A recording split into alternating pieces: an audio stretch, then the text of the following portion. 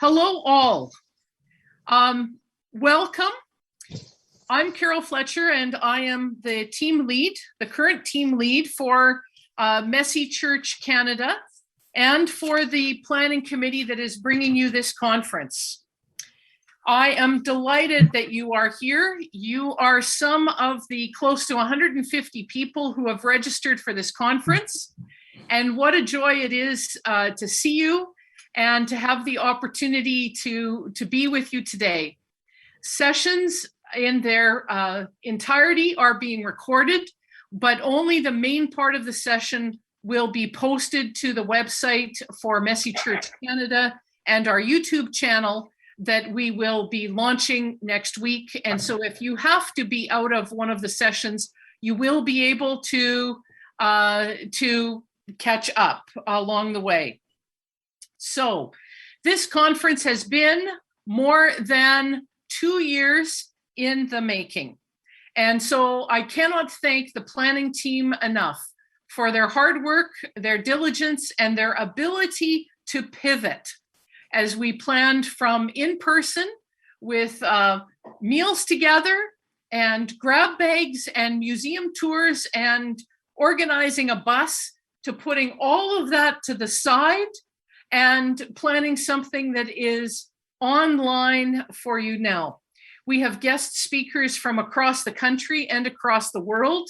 We have people who will be joining us from the UK and people who will be joining us from Australia as part of our speaking tour and trying to address the needs of everyone across our own country. We have a number of different time zones that are here. And so you know that we are having the opportunity for people to be a part of the session at times that are convenient for them. I want to say something about that. When you plan a conference that has so much Zoom time, it's in no one's best interest to be stuck in a chair facing a screen for endless hours. And so it is our hope that you will feel a certain amount of freedom during the Zoom to come and go as you need so that you are taking care of yourself. If you need to have your camera off in order to feel more comfortable doing your yoga or walking on your treadmill or doing whatever it is, stretching, that's fine. If you feel a need to be part of the conversation, there is a chat button on the bottom, and you can let us know that you want to be in the conversation. There will be some sessions that have a Q&A in which we will be looking for your participation. Again, the Q&A and on Saturday, the idea share. Those sessions, of course, you'll see that they're being recorded. That's only for our own technology bits. They are not being posted.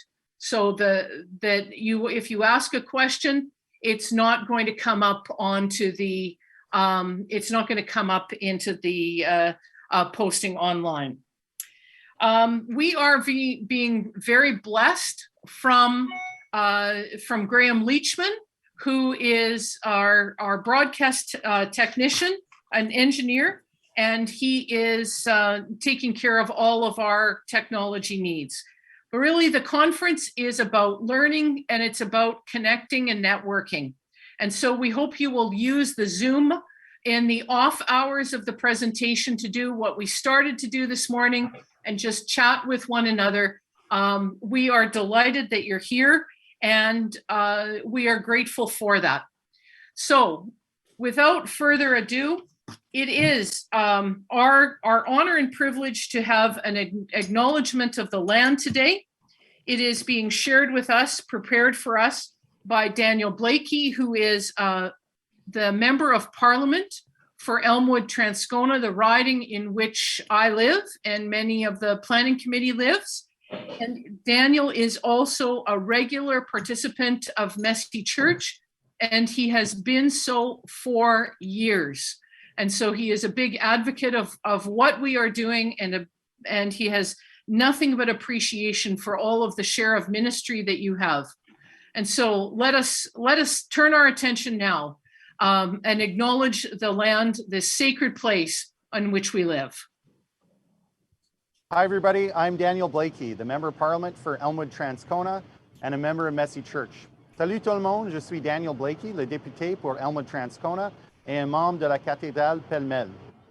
I'm coming to you today from Ottawa on Parliament Hill, which is on the traditional unceded territories of the Anishinaabe and the Algonquin peoples. And my riding of Elmwood-Transcona in Winnipeg is located on the traditional territories of the Anishinaabe, Cree, Cree, Dene, and Dakota peoples, as well as the homeland of the Métis Nation.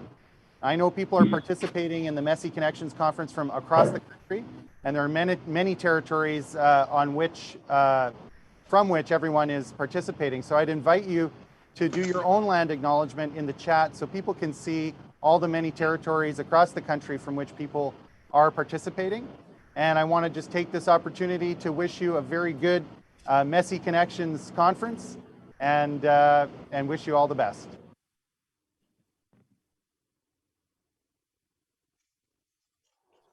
So please do use the chat to put in the treaty land where you might be or to add it to your name.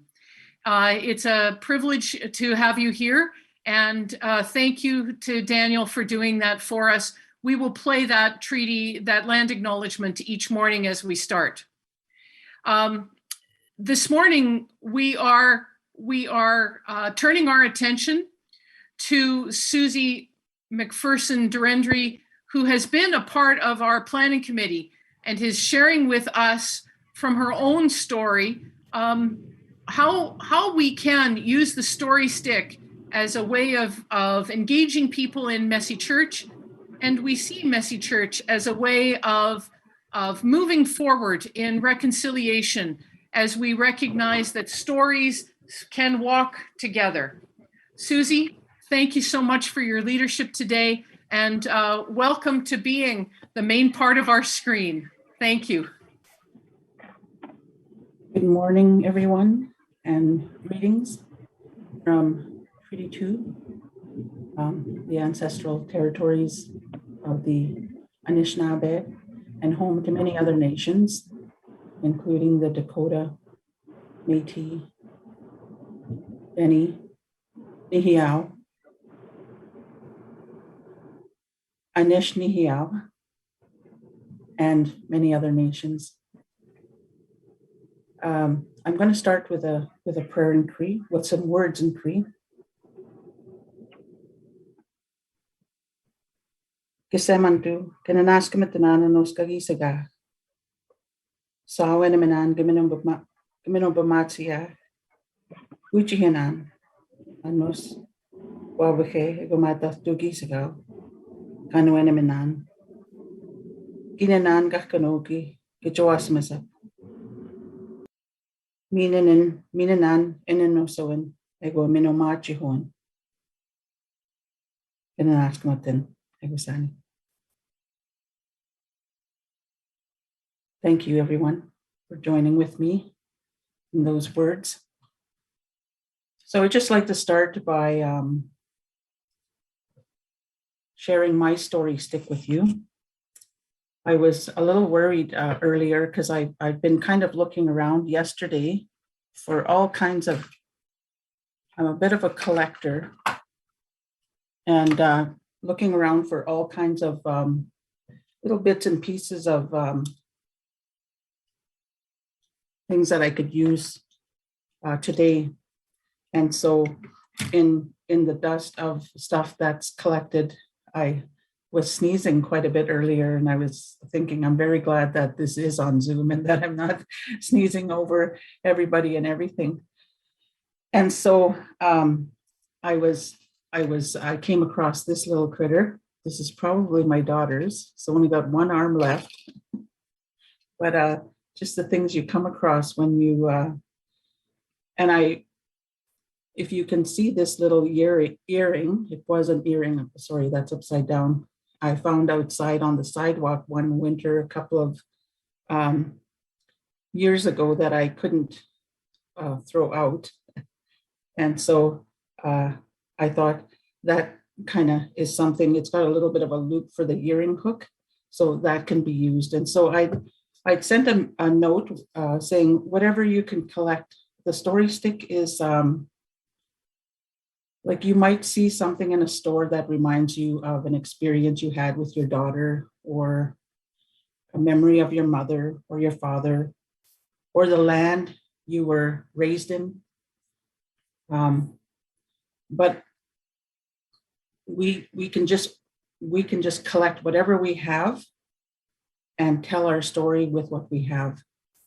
And so it was with me. I did my story stick now some years ago, and so this is where it starts. And all that was left was some ribbon and these few items.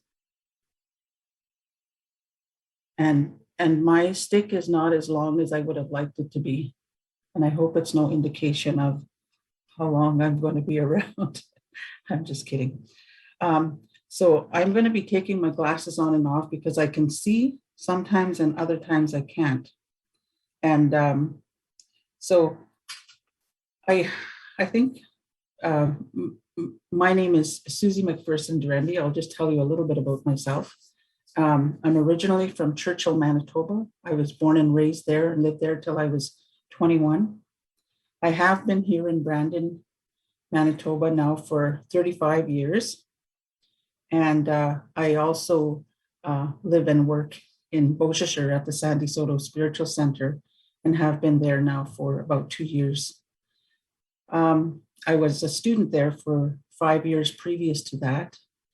And then I also studied at Brandon University and at the UBC Vancouver School of Theology in the Indigenous summer student program that they have there. And so I've been really thankful for my journey. One of the things that Senator Murray Sinclair says is, it's really important. There's 4 questions we could consider. And that is, where do we come from? Where are we going? Who are our people and who are we? And I really like the story stick because I see story as medicine.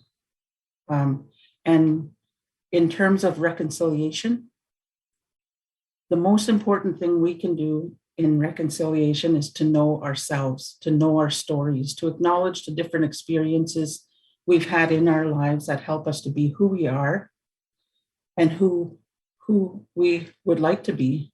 The different experiences, the relationships that we carry in our hearts and in our memory that contribute to who we are, how we see ourselves.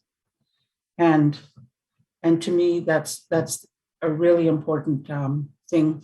And just on another note is that when I think about in terms of reconciliation, I think about the different points in my life at which things were really important to me. And so I would have something to mark that different experiences that I had that were really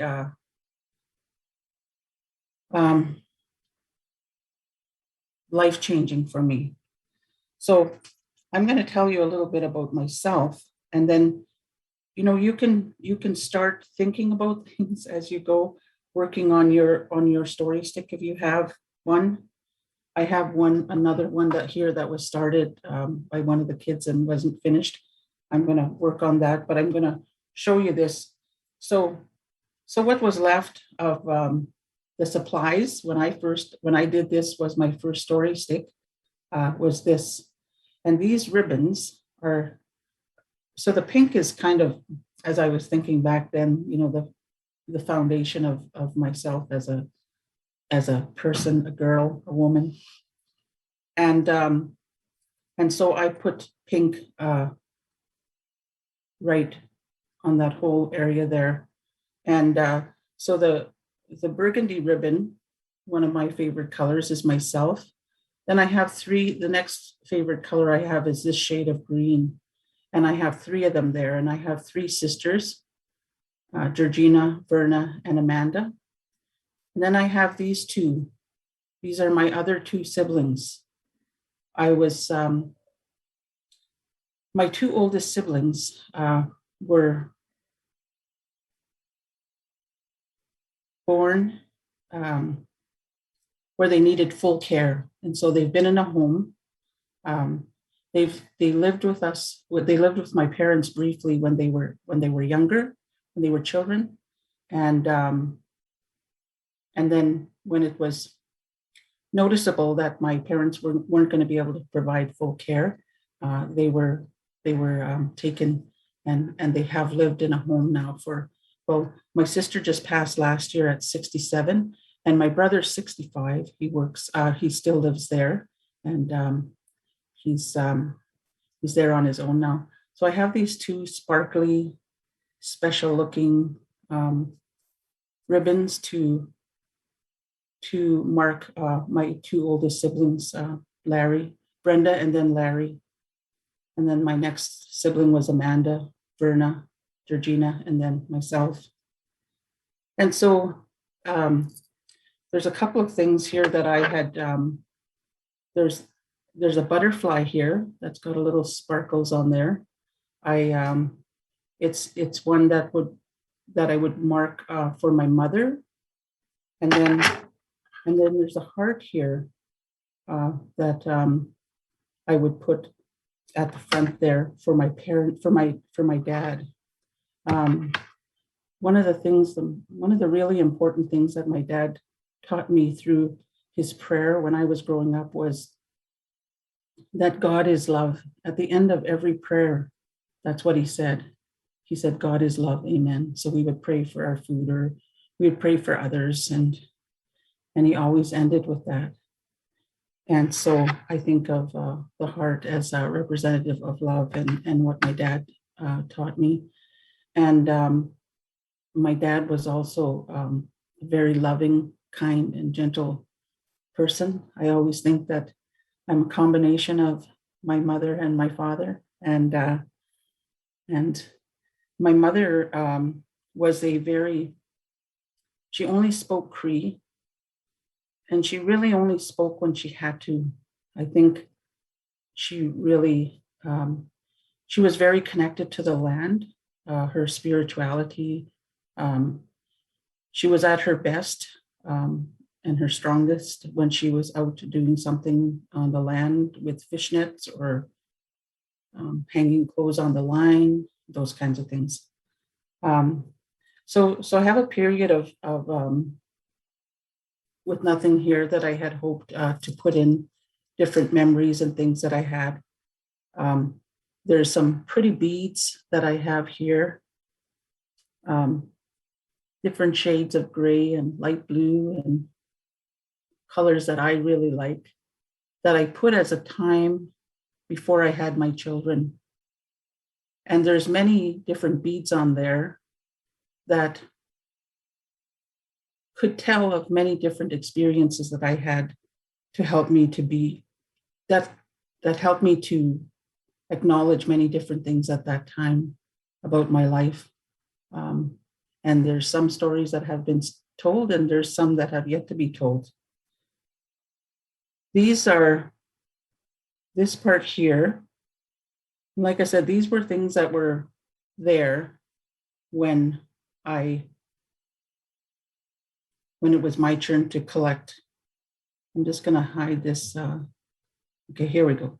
So when it was my turn to collect my items, there was a big group of us, and so there's this little white ribbon with 4 different teddy bears with blue and green and pink and yellow, and those are I noted those for my 4 children. I have they are now 3 adult sons, 36, 35, 29, and then my youngest is my daughter, who's 19. And so that's kind of, and so there's this burgundy ribbon again, one of my favorite colors. And there's these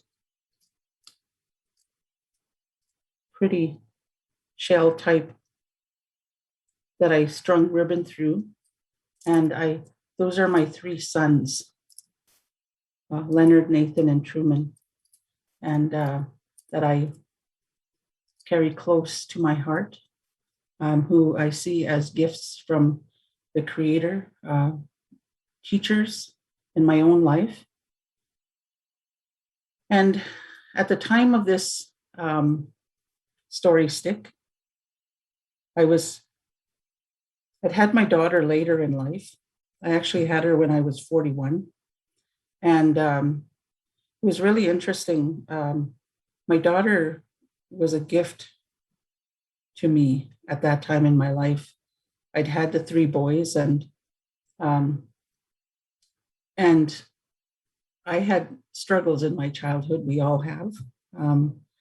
And there was many things due to poverty, addiction, and all those kinds of things that rob children of childhood experiences. And so when Segwun was born, and all throughout her life, I really felt strongly that it was an opportunity for me to relive my childhood through her life. And so we had lots of fun. And so there's a pink feather here. It's kind of broken up now, and then there's all these little things that reminded me of her. And there's this other green ribbon here that is representative of her in my life. And so there's a butterfly, and there's a dragonfly, there's a ladybug. And then I love this material here. I love the colors of pink and yellow and the way the greens are in there. And I would add different things. So that's my story stick. And I have all kinds of things here for inspiration. I thought I would tie this on the end of it. It's something that Segwun made in at Knox United in the youth program. And I thought I would tie that on there to represent my call to ministry and call on my life to ministry. I was ordained in the United Church 2019, and I mentioned that I studied at Sandy Soto Spiritual Center, and I'd studied at Brandon University, and I've always been a life learner. I've taken all kinds of courses, and even now I'm busy on Zoom, taking in everything that is offered that I have time for, and sometimes that I don't have time for, but I think are important to my overall well-being or to the work that I do with people. And so I would stick that on there to represent that part of my life, and I'll move it a little bit over here. I just want to show you some other things that I have. Here's a pair of earrings. They're eagles, and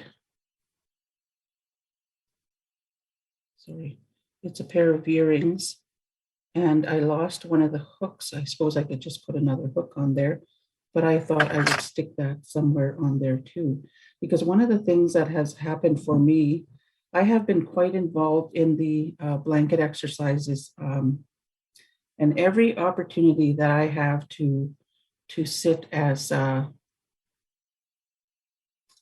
elder or the knowledge keeper for the blanket exercises, I very rarely refuse, because it's an opportunity for people to connect to the story of Indigenous people and other Canadians. It's a story from the perspective of Indigenous people that is kind of a skit-like way of telling the history through a 45-minute experience. And then we sit in circle to debrief and process and to share some of what our thoughts and feelings may have been as we go around.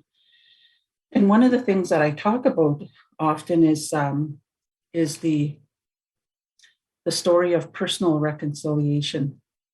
the importance, the value of personal reconciliation and how important that is to the overall reconciliation. I think personal reconciliation would lead to a more solid collective reconciliation, whether it be in an organization, in our families, our communities, or an institution. I think if we focus on our own journey of reconciliation, I think we can help others to be aware and to understand the value of personal story when it comes to reconciliation. And one of the things that I told, that I tell people to think about is like here in Brandon, nearby, about an hour away is Clear Lake. Clear Lake is, there were Indigenous people there that were cleared out, literally, and made to make way for the park. It's a beautiful park. Many people enjoy it year after year, and many people live there. But there is a story there of the Indigenous people that were there. And so it's important for each one of us to know the story of the land where we lived or where we grew up, what happened, who were the people there. When Canada first had contact, there was approximately 650 nations living here in Canada. And so it's important to know each of those nations had their own distinct and unique Indigenous ways of knowing and being and doing. And so it's important for each one of us to know. And so if I were to mark something here on my stick, I have lots of different things here, but I was just kind of looking at this this choker here. You know, I could mark that as the land where I was. It could be different too. There's all kinds of things. As the land that I was in Churchill, Manitoba, that was Treaty 5. And our family came from York Factory, which is also Treaty 5. And our family were relocated from York Factory to Churchill in January 1957. My second oldest sister was 3 months old at the time. And I don't understand, and I don't know why they would have, it was a sudden move, and they were relocated out of York Factory to Churchill. I've been in the process of trying to understand what happened. And, you know, I can't imagine arriving in Churchill in January of 1957. It's brutally cold there in the winter months, but especially so in January. So I have, I just found all kinds of little things as I was looking around, and things that belong to my daughter. This was her little bracelet when she was a little girl. Her grandma helped her to make, and I just wanted to show you some other things. There's a string of beads that my daughter got from Wee Day. There's a little heart that she made in daycare that I didn't have the heart to throw out or to give away. There's some beautiful little shells that she's collected from different places. We have tons of shells. We've gone to different, my husband Steve is from the US Northwest coast, and so we have Segwun's we've always gone. And there's different ones. Some of these are, and then there's the what you wouldn't normally see. So and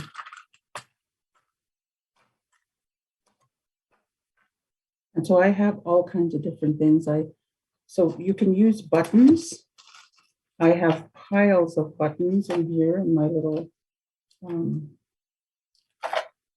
button container. And I just wanted to show you some other things. I have a little mirror here from some earrings, a earrings workshop that I went to. And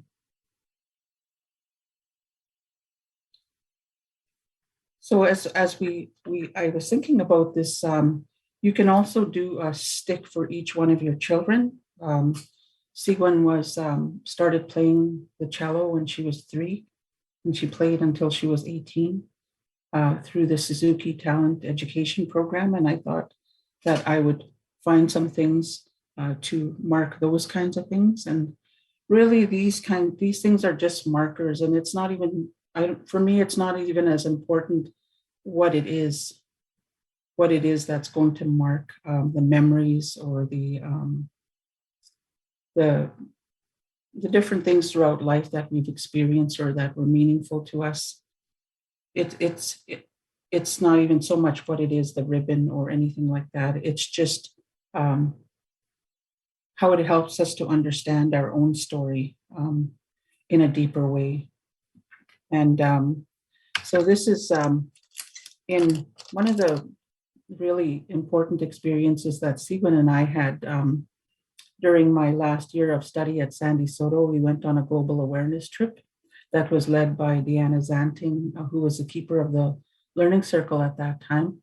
And so we went for 2 weeks to the US Southwest.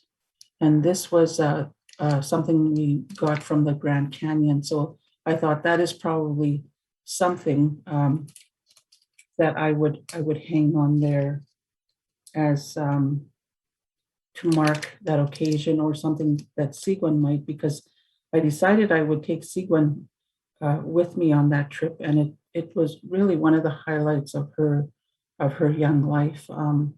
And there was about 10 of us that went, and we traveled from Brandon here to Calgary, and then to Los Angeles, to Albuquerque. And then we rented vehicles for 2 weeks, and we drove throughout the US looking and connecting with Indigenous communities. It was an opportunity for us to help us to be aware of other Indigenous people and how they were living their lives. We ended our time throughout the US Southwest in Las Vegas.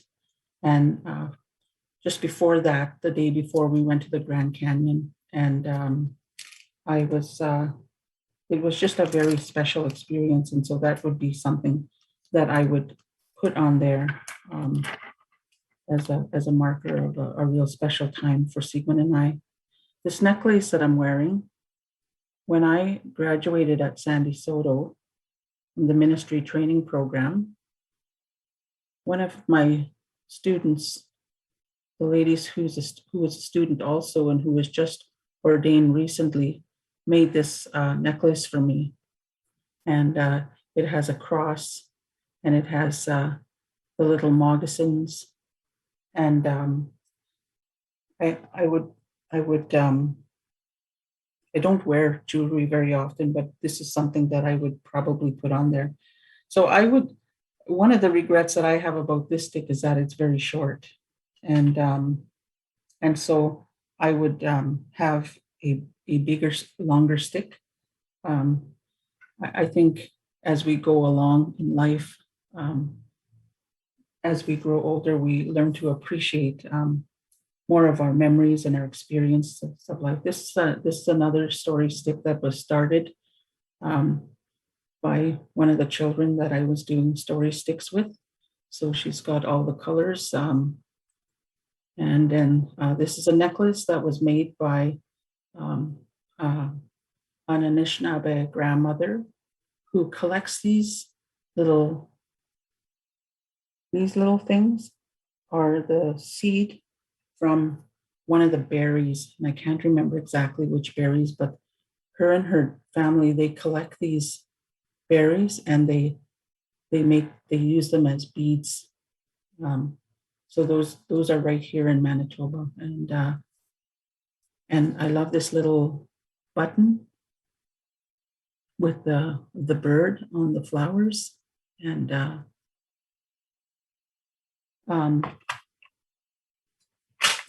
this is something else that was given to me by when I worked in adult ed as I was studying at Sandy Soto, and one of the students was he was an artist who made all kinds of different things, and he gave this to me. He said the eagle, this is an eagle talon. He said, and that the eagle is he said that my coworker and I reminded him of love, of what it's like to be loved and accepted. And so he honored us with these necklaces for appreciation of the love that he felt as he was a student in our program.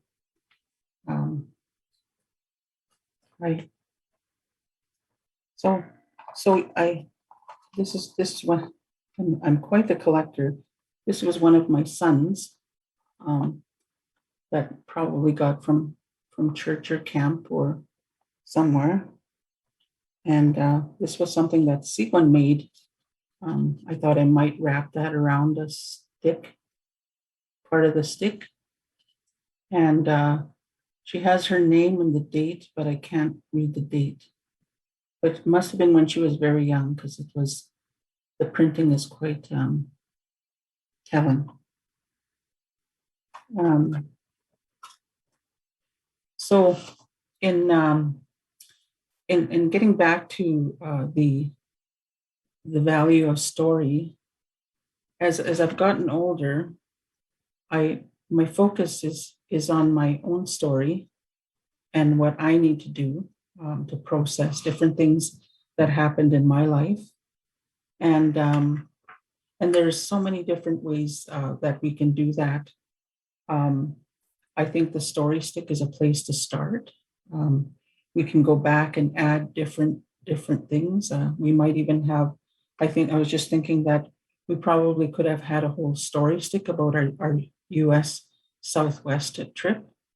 And Steve is from, my partner Steve is from Seattle. He was born and raised there. And we've gone back there and visited many times. And so there are different trips that we've had where we've had many different wonderful experiences. We were very fortunate to have Steve's mom with us just a few months short of her 90th birthday. And so we have lots of different experiences.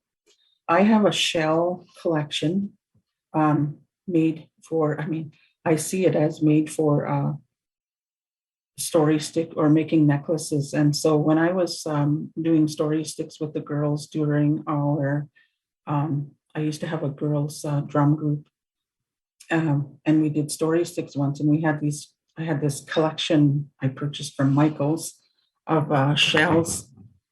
And it was really interesting to have the girls choose which shell was going to be representative of their grandmother, and the memories they shared, the tears they shared as they acknowledged grief of a grandma that had passed on, and different experiences they had in their lives. So I kind of see it also as a way, just as a way to process grief and loss. And so I really, one of the girls was really had a soft pink shell that helped her to remember her grandmother and to tell the story of her grandmother's life, and to talk about her passing and how she misses her very much these days. And so when I was a young girl, I think my mother gave me this.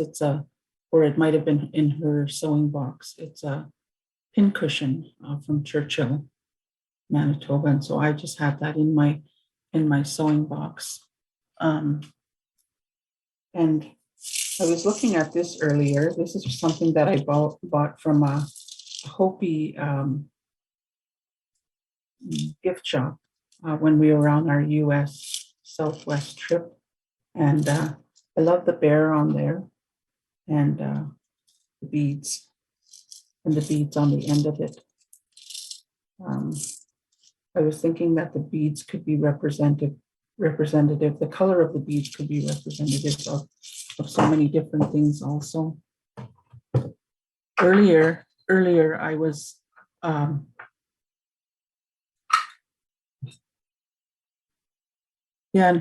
that's the other thing as I think about God's creation. These were things that my kids had. There's this really pretty ring that Segwun had that I would probably find. And then there were these little rings that Segwun had when she was a little girl. Just another green one.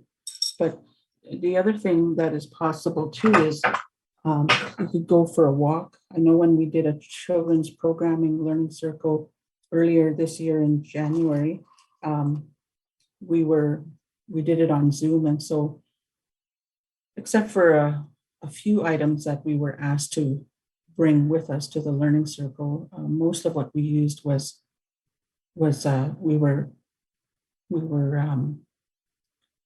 we went outside to find a few different things that could help tell our story that we were trying to share, or that we were asked to share. There's two little barrettes from long ago, and they have a clip. And then another really interesting shell. Some of these I'm not sure. And then there's a little earring. And I know I have a whole pile of stones. Those would probably have to be glued on. And then really, I have a hard time throwing things like this out because you can wrap a little card or you can use it for your story stick. And I have lots of stones. I'm a bit of a rock collector. One of my sons came to me when he was about 6 or 7 years old, and he comes to me and he was kind of quiet. I was doing the dishes and I could sense him standing behind me. And he finally said, "Mom," he said, and I said, "Yes, Nathan." And he says, I have these two rocks. And he showed me, he had one in each hand, and he said, "I washed them." And then I said, "Oh, that's nice. Those are nice rocks, you know." And he says, "Can you buy them for 25 cents?" So I think, so I said, "Yes, I'll buy these ones, but I'm not sure that I'm going to buy all the rocks from the back alley." And so I just have lots of memories that I have to share. The other thing too is this. This was something that one of my sons gave me, and then there were 3 feathers on there, and the other 2 got lost. And it already has a string, so that is something that I would put on there to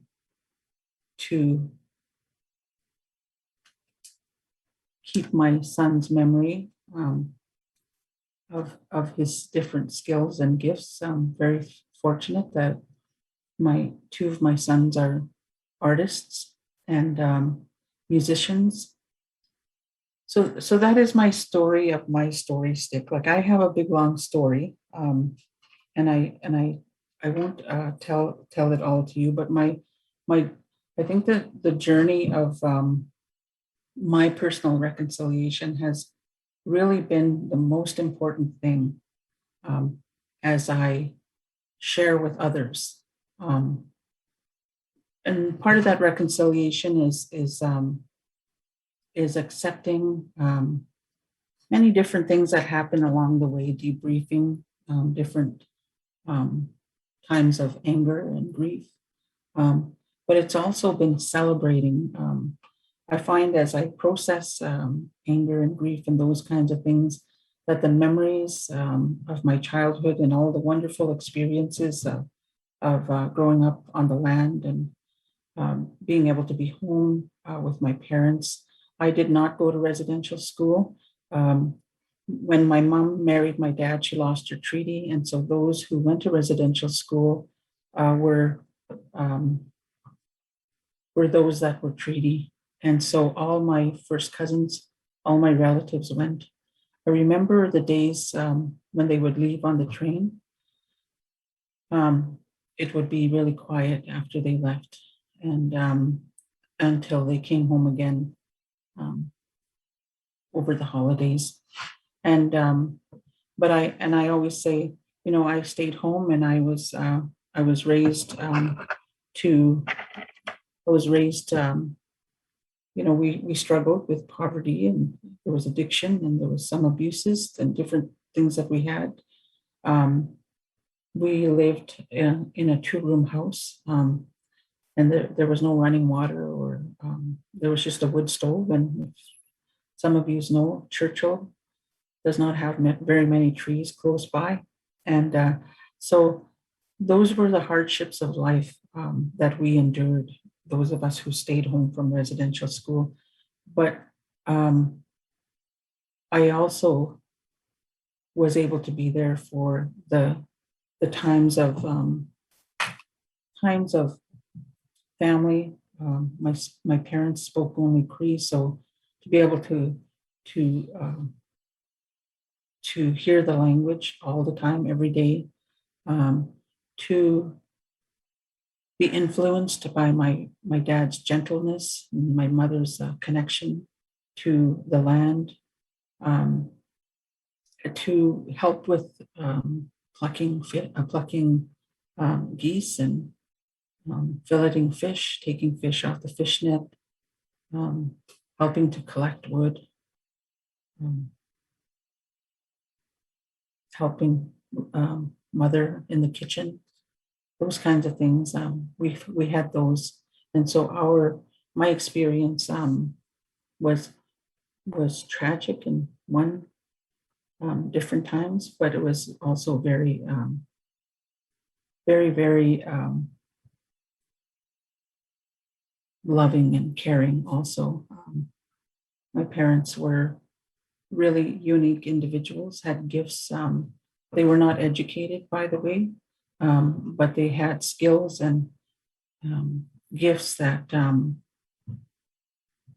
really helped us to see who we are as Cree people, and also all that life has to offer when there isn't much. And so my dad taught us to be grateful in every circumstance of life. It was really important for me to not focus on what I didn't have, but to focus on what I did have.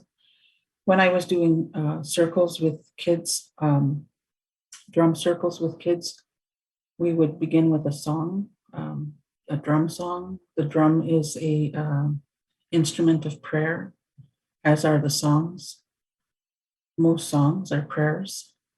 And then we'd have a check-in question of what has been fun and exciting that you've done with your family or in your school or in your community. And we would begin with that question, and then we'd sing some songs and do an activity and sing some more songs. And then we'd close with a question: what are you looking forward to? And there was always an acknowledgement of,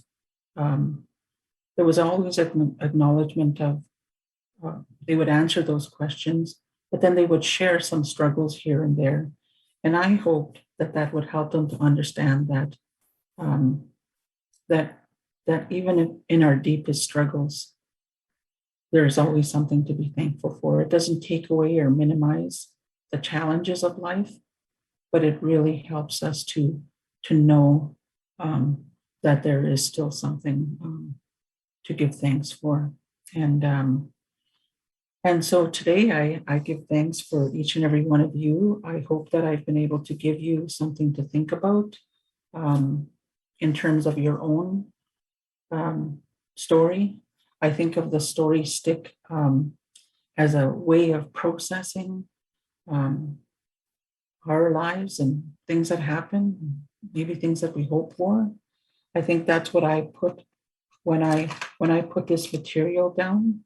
I was hoping for I put it kind of like as my future, and I wanted the things of beauty to be a part of the foundation of my future, and ended up buying my own home, and in an area that has been really is beautiful. It's close to the water, a lot of beautiful walkways here in Brandon, and we've been able to do a lot of things in our home that is really connected to who we are as people. And so I would like to thank you. If you have any questions, I'm not sure if we have time for questions. I would like to say Egusani.